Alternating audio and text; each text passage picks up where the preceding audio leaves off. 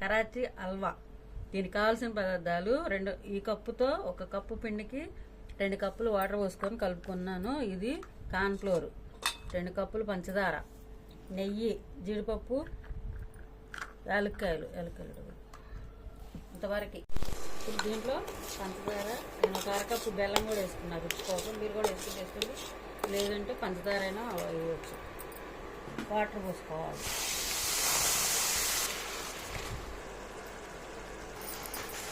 ఇలా పోసుకోవాలి, తిప్పుతూ పోతూ ఉండాలి, ఉండగట్టుకొని ఉంటుంది.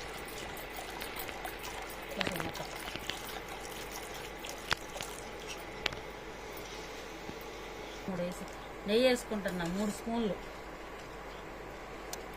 తిప్పుతూనే ఉండాలి, ఇట్లా తిప్పుతూనే ఉండాలి, లేకపోతే గడ్డలు కట్టేది. మనకి దగ్గరకు వచ్చే వరకు సిమ్లో పెట్టుకొని తిప్పుతూ ఉండాలి.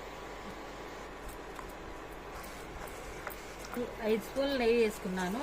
ఇలా కలుపుకోవాలి దగ్గరికి వచ్చేదాకా. జీడిపప్పులు వేసుకోవాలి, బాగుంటుంది. గ్రీన్ కలర్ ఫుడ్ కలర్ వేసుకుంటున్నా చింత కొద్దిగా.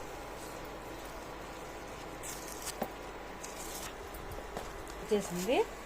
ఇలా కడాయి కంటుకోకుండా వచ్చేదాకా ఇలా తిప్పుకుంటే అయిపోయినట్టు. పడింది చూడండి. ఇలా దీన్ని దింపుకోవాలి. కానీ ఒక బౌల్లో కానీ ఇలా వేసుకోవాలి.